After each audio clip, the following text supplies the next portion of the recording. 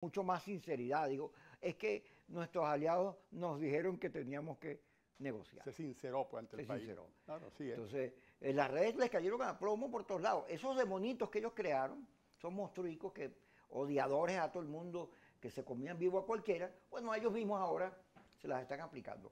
Porque si algo aprendimos nosotros en la universidad cuando éramos muchachos, mi querido Leo, es que los radicales no son leales con nadie. En el momento en que tú difieres de ellos, te comen. Claro, porque hay radicales, como en toda sociedad, hay unos radicales de un lado y de otro. Y si por supuesto tú vas alimentando ese ego, esa radicalidad, en lo que tú tomas una posición distinta a la de ellos, por supuesto, lo que te toca es coger, digamos, el reclamo y la agresión, porque ese radicalismo está cargado de mucha agresión.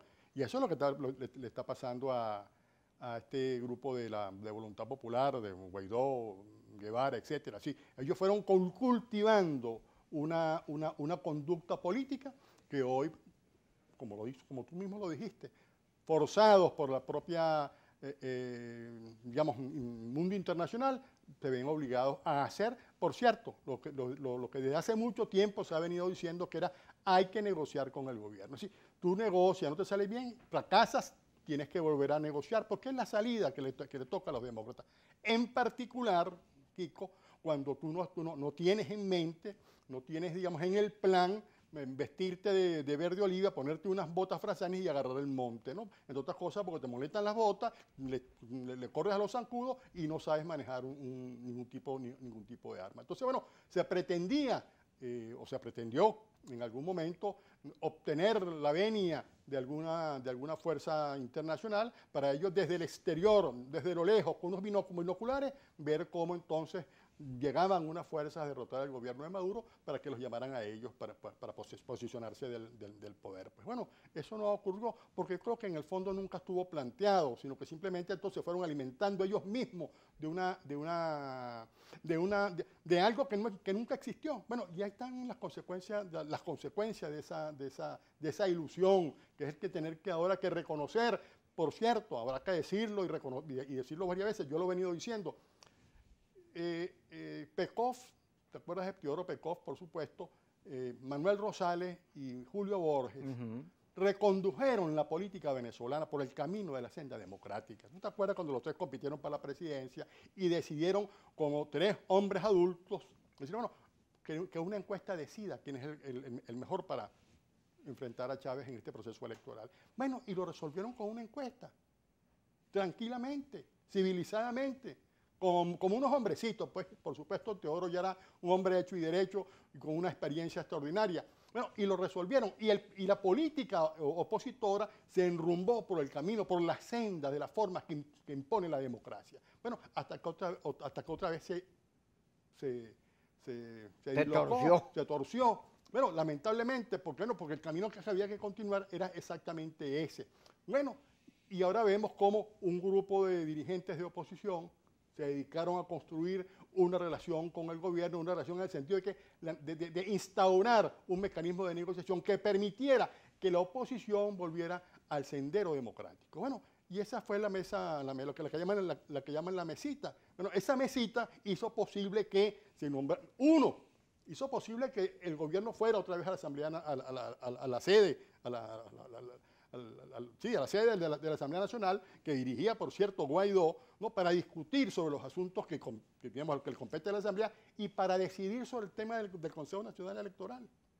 No lo hicieron, no aprovecharon esa oportunidad, optaron por lo otro, no nombraron al CNE, pero bueno, además de eso, esa mesita hizo posible, bueno, constituir un Consejo Nacional Electoral, no por la vía que señala la Constitución, pero en ausencia de la Constitución tenemos el Tribunal Supremo de Justicia, quien, digamos, a partir de la omisión legislativa, nombró a los rectores que ya conocemos quiénes eran.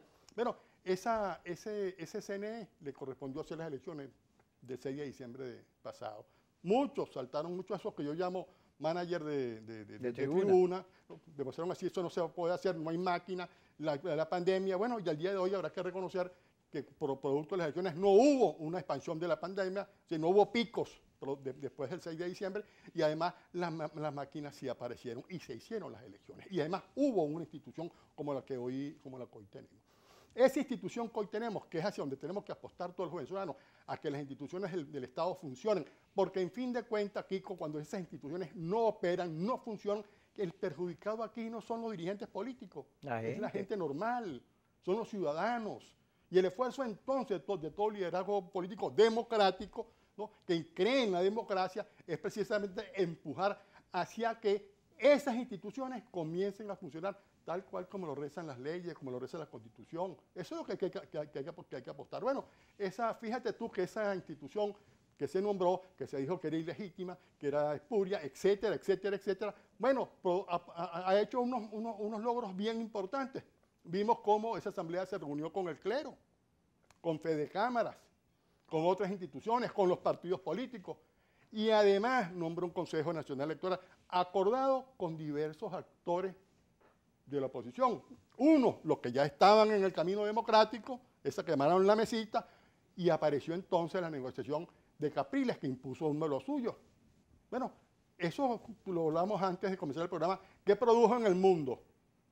Bueno, un reconocimiento, bueno, que es un tronco de Consejo Nacional por primera vez, no es primera vez. Ahorita hay dos rectores y medio, que llamo yo, dos principales y un suplente con derecho a incorporación. Lo mismo que había hasta hace unos cuantos días atrás. Pero bueno, pero produjo un impacto relevante, no solo en Venezuela, sino fuera de nuestra frontera. Ahí oímos las opiniones de Borrell. Borrell, que es muy talentoso. Sí, inteligente, ¿no? Inteligente. Dice, mire, vamos a apoyar el camino de Guaidó. Claro, porque entendió que el camino era la negociación. Bueno, está diciendo que efectivamente la Unión Europea, es decir, la mayoría de los países allí involucrados en la Unión Europea, están en la idea de que se produzca una negociación que logre superar las dificultades que el país tiene hoy. Señor Leonardo, tenemos que ir al corte. Vayamos. Me gusta todo lo que está diciendo. Fíjese que me quedé callado, que no es usual. Está sospechoso. Bueno, la gente a veces me dice, ¿qué te pasa? Bueno, no, las secuelas del coronavirus. No sé qué todavía. Yo todavía tengo mi golpe por el pecho. Hay que aprovecharte entonces. Así es, ya regresamos. Fíjate, Leo, yo vi en la radio, he comentado a profundidad el tema. Provoca, tú sabes, uno que le ha invertido tanto a la postura electoral, a la paz. Fíjate, el conflicto en Israel, la franja de Gaza, los bombardeos, los muertos, toda esa cosa horrible.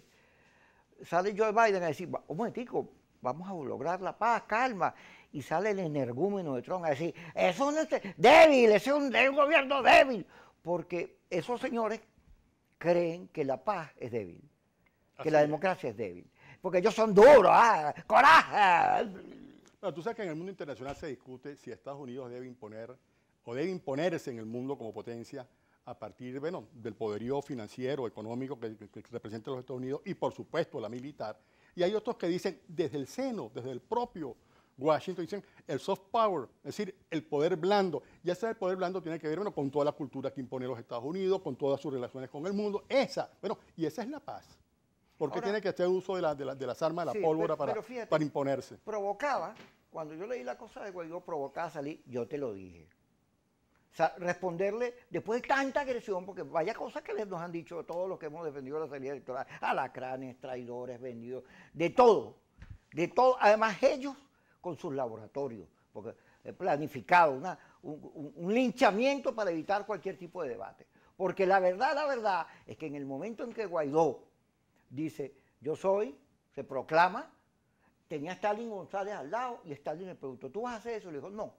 De manera que ellos impusieron en la MUP, se llevaron por el medio a Ramón Guillermo, a Veleo, llevaron por el medio a Capriles, y en una operación de comando se apoderaron de la dirección, y la MUP, que eran 20 y pico partidos, terminó en G4 y en G2, porque el G2 era el que decía las cosas, pero sin consultárselo a nadie. Y entonces el concepto de legitimidad es como un joker en una carta, ¿no? Así es. Sí, tú lo usas para lo que te dé la gana. Pero ¿qué legitimidad tiene te eso? sale. Sí, ¿qué legitimidad tiene para hacer una plaza de decir yo soy? Claro, con los Estados Unidos atrás tiene un significado enorme. Claro, la democracia, el discurso demócrata, yo creo que aquí se lo llevaron por medio y ha sido reivindicado con todo esto que ocurrió con el CNE. Ahora, después que uno dice eso, como dicen los psiquiatras, sácalo todo, suéltalo. Y puede uno decir, me parece que el gesto de Guaidó, de Guevara, del G4, está bien. Yo pensé que iban a durar más. Aquí, sinceramente, se los digo. Yo pensé que ellos iban a durar, bueno, al 2024 iban a llegar, pero arrastra. Porque conociendo a Leopoldo López, que es bastante terco, muy terco, esa es una de sus características de su liderazgo, es un personaje, luchador, yo no lo desmerito, creo que armó una gran plataforma de juego. Oye, lo que pusieron ellos a andar era duro. Era un plan el más atrevido que había tenido la oposición con un montón de países. Solo que las bases de la estrategia, que era producir una ruptura militar, tenían agua por todos lados porque el discurso de Guaidó a los militares, peor imposible. Era una permanente amenaza, una empujadera. Fíjate, bueno, con el caso de Apure, en vez de cuadrarse con el gobierno nacional, están cuadrados con la FARC, con el gobierno colombiano. Pero es que hay demasiado... Pero menos mal que llegaron, Leo. Hay que saludar que llegaron y dejar todo eso a un lado y ven, vamos a abrazarnos, chicos, ya está. Esperemos que no lleguen otra vez, no vuelvan a abrazarle el camino desatinado que han venido recorriendo. No, porque pues, se han visto casos, ¿no? Dice un amigo mío. Entonces, sí, yo creo que hay que celebrar que... Pero yo celebro mucho que los Estados Unidos, en la administración de Biden y parte de la Unión Europea, hayan forzado a que estos ciudadanos o estos venezolanos actúen de la manera como están actuando. Yo creo que si allí no se produce ese esguince en esos sectores, en el campo internacional, hubiesen mantenido la conducta, porque al final mantenerse en la oposición en las condiciones que ellos estaban era rentable económicamente hablando, ¿no? Entonces era posible seguir tolerando pues, esta situación para ellos, ¿no? Pero bueno, le dijeron, hasta aquí le llegó la cuerda. Hay posibilidades de un acuerdo, por ahí que llegan los noruegos, que si vienen unos mexicanos, es decir, que hay todo un movimiento importante, digamos, desde el exterior para intentar forzar un acuerdo que conduzca a los venezolanos exactamente a reconstituir la democracia. Como te lo dije antes, yo creo que es importante señalarlo otra vez, hay que reivindicar lo que se hizo digamos, de la mesa, de la mesita, que llamaban la mesita, bueno, porque nos condujo a este estado que estamos hoy. Yo creo que eso es un dato de la realidad. Vamos, aquí se pusieron de acuerdo sin necesidad de actores internacionales. Ahora van a meter actores internacionales, llegarán seguramente a un acuerdo porque los van a forzar a llegar a un acuerdo. Y ese acuerdo no es otro que concurrir a las elecciones de este año, que están convocadas, ya los convocaron, creo que en estos días dijeron que hay elecciones para finales de año. Diosdado dijo ayer en el Mazo Dando que era en el 14 de noviembre. Bueno, ¿tú qué sabes de eso? ¿Da tiempo? El Consejo Nacional Electoral, el 8 de febrero de este año, es decir, el anterior Consejo Nacional Electoral, ¿dónde estás tú? donde estaba yo, ya había preparado varios cronogramas que incluía gobernadores, alcaldes, con consejos legislativos, concejales, etc. De modo pues que la operación para conducir el proceso electoral está lista, estuvo lista. Esto les correspondió, y vamos a hacer las jugadas de librito, pues, eso que dijeron, pero vamos con obsesión permanente, etcétera, y vamos a hacer esto, cosa que siempre se hace en cada proceso electoral.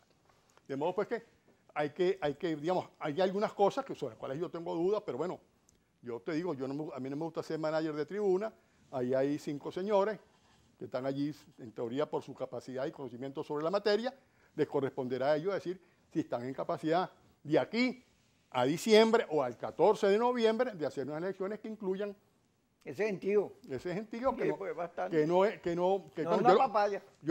Por eso te digo, yo lo único que puedo decir, no es sencillo. Es posible, como decía un analista en el Consejo Nacional Electoral hace muchos años, con modo todo se puede.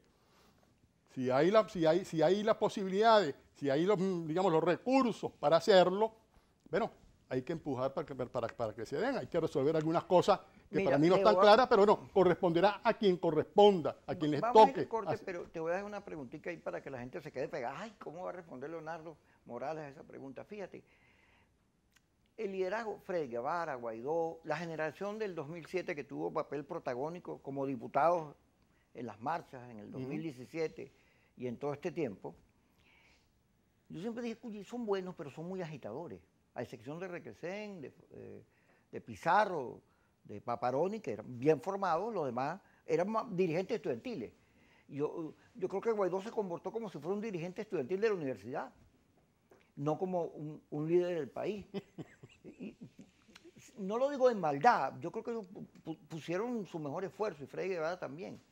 Pero, oye, a Freddy Guevara le ha tocado unas durísimas, porque todo lo que es las manifestaciones del 2007, quien las dirigió al final fue él, y eso terminó en un desastre.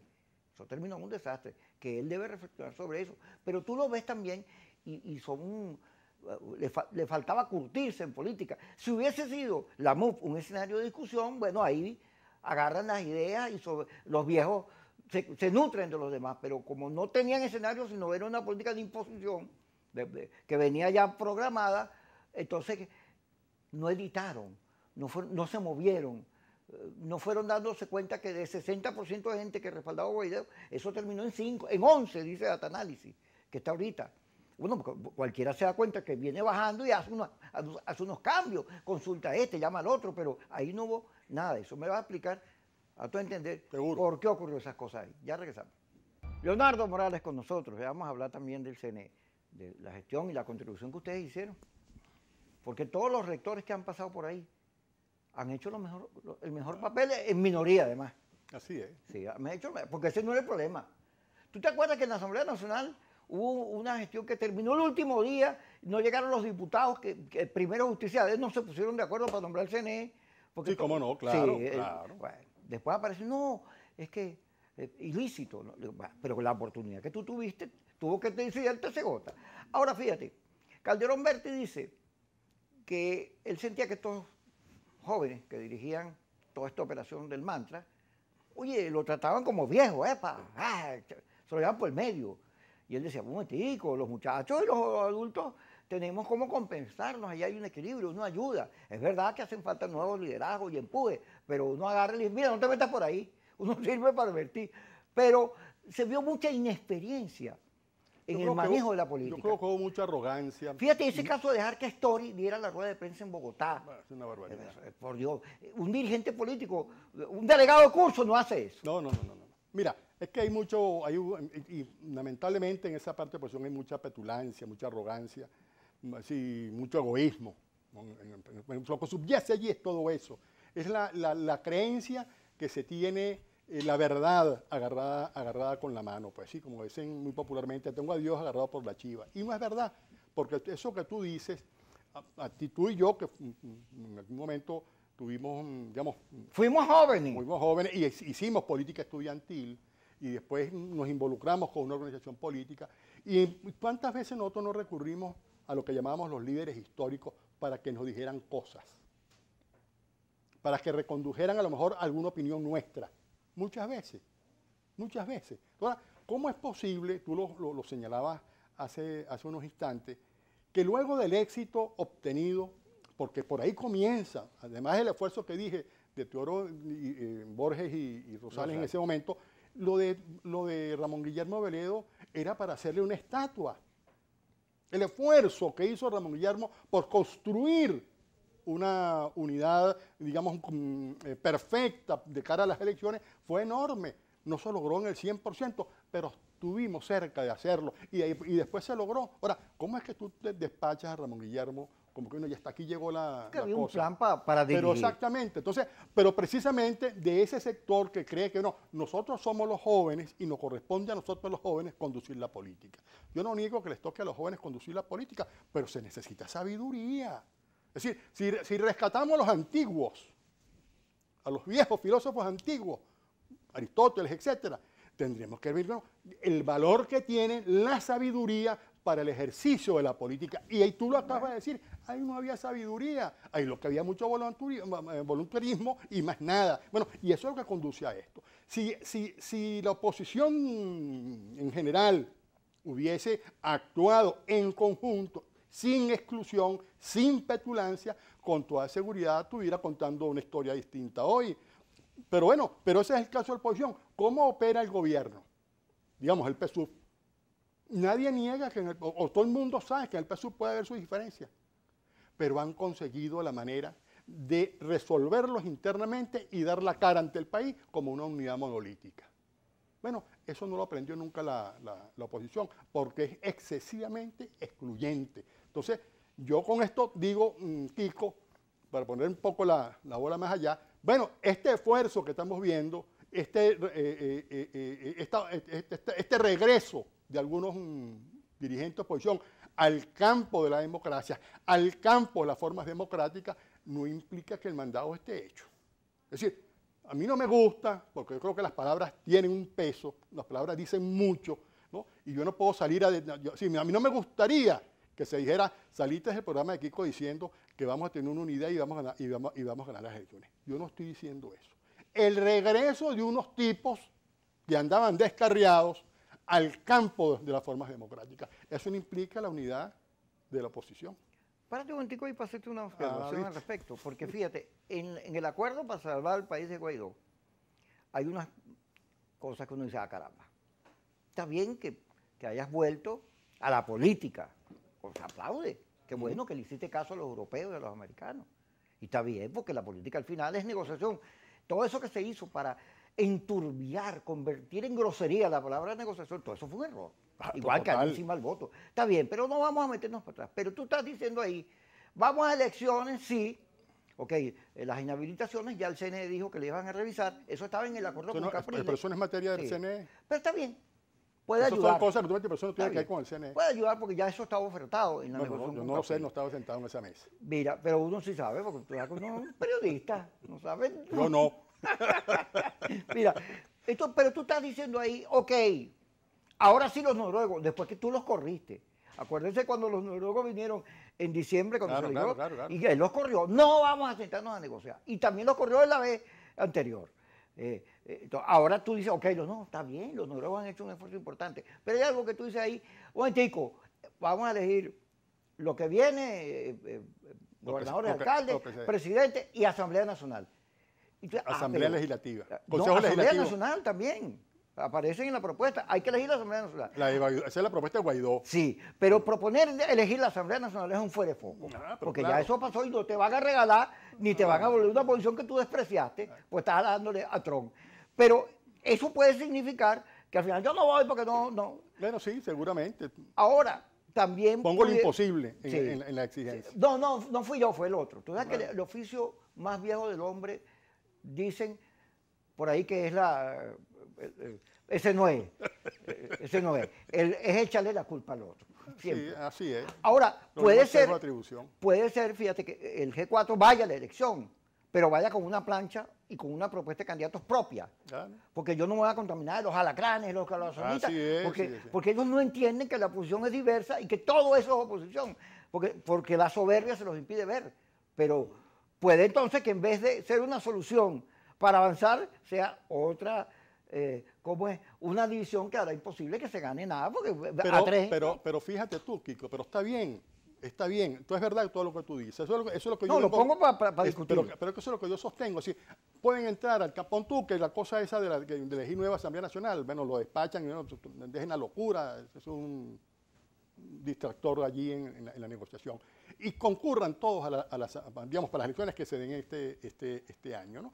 Bueno, lo que estoy diciendo es que entre la propia oposición, las heridas, las distancias, los abismos que hay, que se han creado entre ellos mismos, todos, no estoy dejando a nadie por fuera, entre todos, son tan grandes que yo dificulto que en tan poco tiempo tú puedas producir una amalgama de todos esos sectores. Es posible que esa circunstancia conduzca a que no obtenga los resultados electorales que a lo mejor obtendrías si tuvieras si repite el 2015. Exacto. Si tuvieras una oposición que se entiende, que conversa, que es capaz de digamos, sea bien, Kiko, yo te llevo aquí, tú te llevo allá, yo entrego aquello, que sea capaz de desprenderse de algunas posiciones que cree tener, ¿verdad? Ahora, eso no es posible al día de hoy. Pero lo importante, doctor Bautista, es que ingresan nuevamente, que es lo que yo rescato de todo esto, independientemente del resultado electoral, porque para mí es más importante, o es bien importante, el resultado que tiene eso sobre las instituciones democráticas. El que reingresemos todos a la arena democrática, a entender que resolvemos nuestra diferencia y la dirimimos en el campo de los procesos electorales, es un valor demasiado grande, demasiado importante, demasiado relevante, independientemente de su resultado. ¿Se entenderá la oposición algún día? Yo no lo sé. Yo no puedo pronosticar eso, pero lo que sí creo es que lo que le corresponde ahora a toda y no solo a la oposición y a los simpatizantes del gobierno, es de convencer a la sociedad venezolana de que el voto tiene una utilidad enorme para dirimir nuestra diferencia, que a través del voto y de los acuerdos y negociaciones es posible reconstituir la democracia venezolana y las instituciones, porque en fin de cuentas, como te dije, mientras tengamos instituciones, los ciudadanos están, digamos, salvaguardados tienen frente derecho al a Estado. así, Exactamente. Vamos a ir al corte y regresamos con Leonardo Morales aquí en Kikosis. Fíjate, Leo, Timoteo Zambrano estuvo con nosotros a propósito de los 3 años de Cambiemos, pero además Timoteo es una de las claves. Ya tiene 3 años, Cambiemos ya. Sí, bueno, ha pasado el tiempo. Sí. Mira, Timoteo es una de las claves en armar todo este juego. Él ha sido uno de los negociadores, al igual que Stalin, que Capriles, que Henry Falcón. Ahí hay una gente que se metió y logró hablar con la Unión Europea, con los americanos, con todo el mundo, y entonces pudo presentar una oposición distinta a la que estos decían representar. ¿La oposición es el 4? No, porque cuando la gente, los de afuera, los aliados internacionales, vieron que había más sensatez en este lado, en el lado que buscaba paz, unidad, acuerdo, más la política, no, caramba, y por eso es que al final presionan y lo dicen. Momentico, vamos a buscar primero que la oposición se una y luego condiciones electorales. Pero condiciones electorales. Pero Timoteo cuenta que la mesita, la mal llamada mesita, parece una mesota ahora, ¿no? Ahora es una mesota, planificó, le dijo al gobierno, un momentico, mira, vamos a acabar con la dualidad esta. Vamos a acabar, vamos a producir un regreso a la institucionalidad para a través del voto y a través de la confianza que podamos generar, podamos no solo elecciones, generar alternabilidad, sino reconstruir la economía, que lo dijo Henry Falcón, por cierto, en una entrevista en Venevisión con mucha claridad. O sea, se le presentó una oposición al gobierno que sorprendió al gobierno, el gobierno no tenía ese plan. Es un plan propio, según cuenta Timoteo, que fue discutido allí. Y entonces, bueno, vamos a darle, porque en vez de ser una amenaza de agresión, te voy a traer a los americanos, ríndete. Si tú te cambio las sanciones por elecciones, en vez de eso, vamos a ver cómo le metemos el pecho a la democracia, cómo salvamos la democracia. Y entonces conectaron con un sector del chavismo que tiene, no son los mismos preceptos que tú y yo o la gente que nos está viendo tiene la democracia, pero sí tienen y hablan de la democracia en otros términos, pero tienen parte de esos valores. Y no se puede ver todo lo que está ocurriendo sin ver al gobierno. Se nota que en el gobierno hay también un enorme debate. Claro, como tú dices, tienen un liderazgo más sólido, una estructura mucho más rígida en cuanto a que los trapitos se lavan en la casa, pero se ve que en el gobierno hay un debate que no sale para afuera, pero que en todos estos días se ha visto con claridad. Hay una gente que sí le interesa la negociación, que está invirtiendo en ella, y hay otra que no. Sí, bueno, pero seguramente es así. Pero fíjate, bueno, nos felicitemos a Cambiemos y a Timoteo por ese esfuerzo por construir un partido. Pues no, 3 años es poco todavía, tienen todavía un recorrido todavía por hacer, pues. Pero bueno, bien bueno eso, que el tejido de los partidos políticos se siga construyendo, se siga ampliando y bueno, larga vida a Cambiemos, ¿no?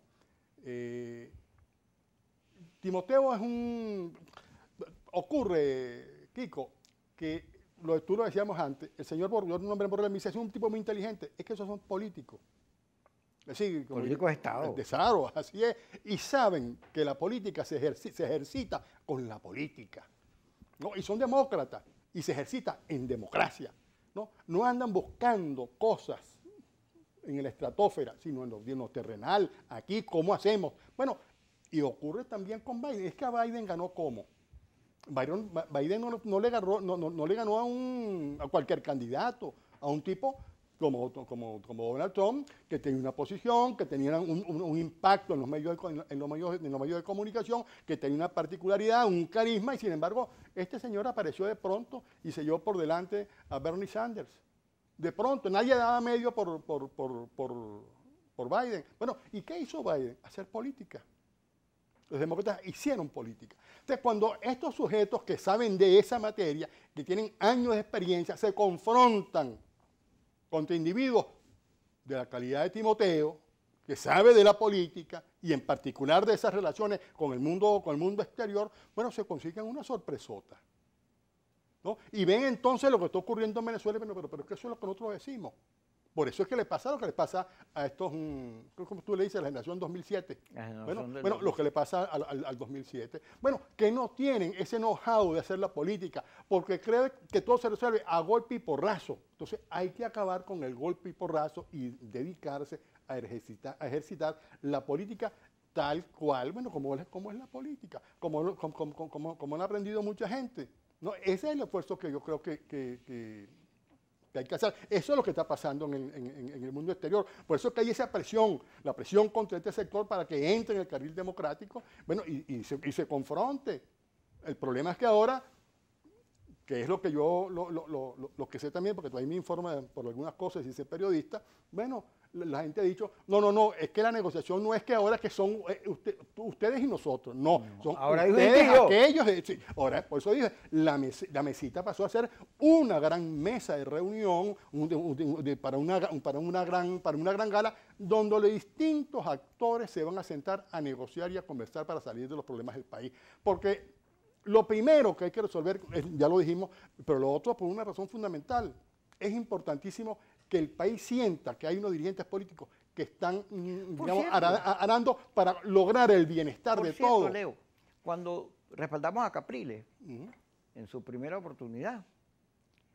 Y en la segunda también. Y en la segunda, y varios años después también. Ese Capriles de la primera campaña, comparado con el de ahorita, nada que ver. Este creció. Bueno, pero es normal. Un político, oye, denso, con una enorme inteligencia y capacidad estratégica de juego. Muy lento para mi gusto, pero bueno, está muy bien. Precavido. Prudente, ¿será? Muy prudente. Porque, el valor de la prudencia. Sí, pero fíjate que ha ido jugando bien. En la oportunidad del 6 de diciembre se quedó ahí varado, pues. No se dio la visita de la Unión Europea y no se puede avanzar más. Pero fíjate que siguió, se nombra el CNE y ahora las perspectivas que hay son enormes porque se abrió el juego. Pero como exactamente, dice sí, Jorge Roy, se abrió el juego. Bueno, es que lo interesante de esto, Kiko, es que de verdad uno se sorprende bueno, precisamente yo estaba muy alejado de las redes, bueno, pasé un año alejado de las redes. Por eso que estás bien. Sí. Entonces me pongo a leer algunos tuiteros que antes andaban prácticamente con el hacha en la mano y ahora andan, tú sabes, tirándole flores y rosas a esto que estamos viendo hoy. No los nombro porque mi intención no es reclamarles nada, se los puedo reclamar en privado, pero bueno, pero bien bueno que al día de hoy haya diversos actores de la sociedad venezolana, porque no son exactamente, lo son pero no lo son, pero son actores importantes para el país, porque le dicen algo, tienen autoridad. Ya han luchado. Exactamente, tienen obra escrita, la gente los reconoce, y que individuos como esas personas estén diciendo hoy lo que están diciendo, abre una esperanza, una puerta para que en definitiva nosotros podamos tratar de construir en sana paz una sociedad donde haya bienestar, donde la gente logre obtener lo que hoy no está teniendo, ¿no? Y donde se regularice la vida política y social y económica del país. Esa es la aspiración de todos, en particular los que no nos hemos ido, que tengamos un país, chicos, donde vivamos contentos, como lo fuimos en algún momento, con dificultades, con precariedades, pero no teníamos esta angustia que hoy viven muchos venezolanos. Y ahora en tiempos de pandemia, la cosa se ha hecho mucho más difícil. Bueno, te tuvimos a ti accidentado durante algún tiempo. 2 meses. 2 meses. Todavía ando. No, pero a Dios gracias, tú saliste del trance, salió del trance el amigo Vladimir Villegas, y entiendo que también su hermano Mario ya anda por ahí a punto Mario de anda reincorporarse. Pero mucha gente ha perdido la vida. Ya llegaron las Sí, vacunas. terrible, terrible. Sí, ha sido doloroso. Da una...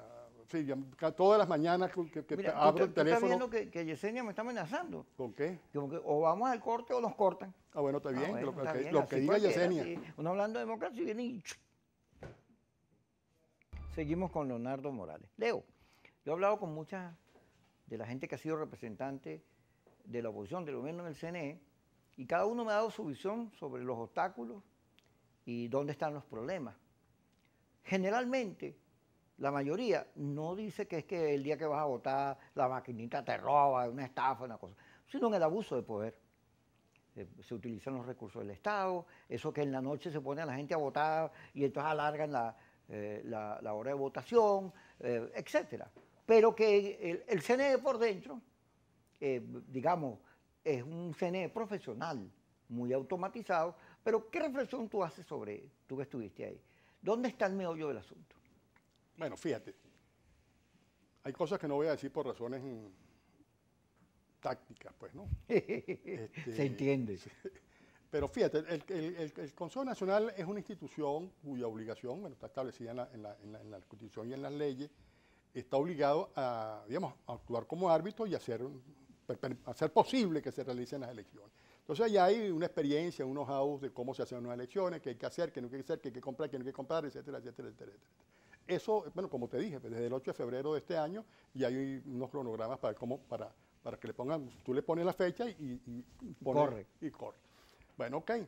Eso, ahí hay todavía, digamos, un personal, digamos, relativamente competente para afrontar eso.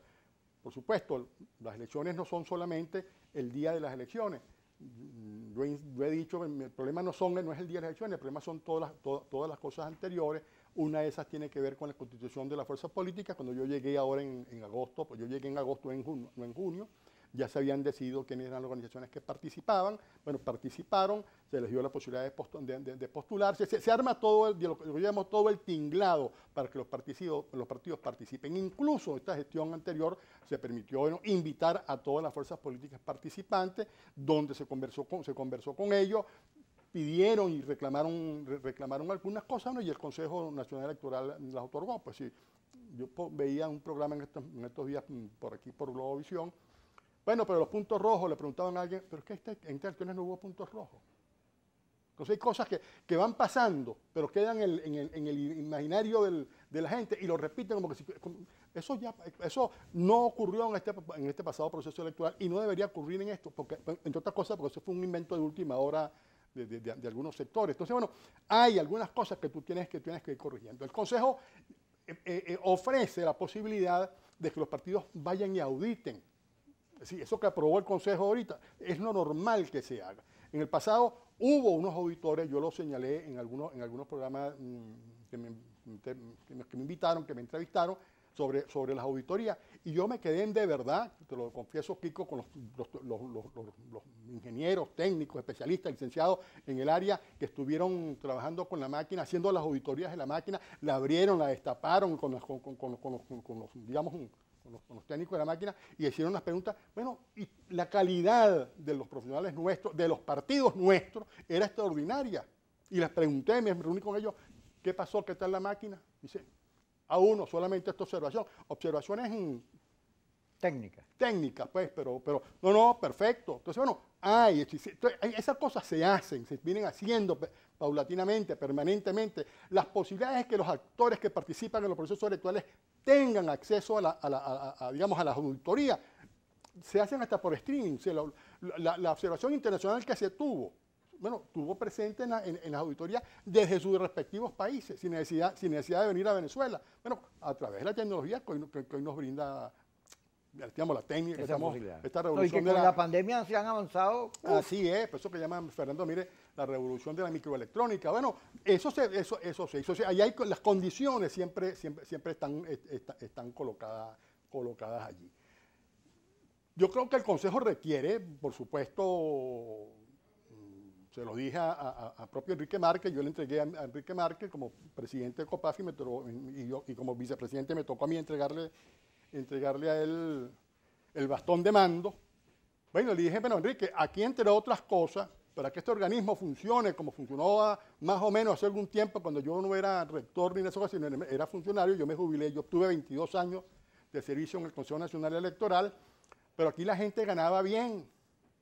Aquí tú podías traer profesionales de primera línea porque había buenos sueldos y salarios.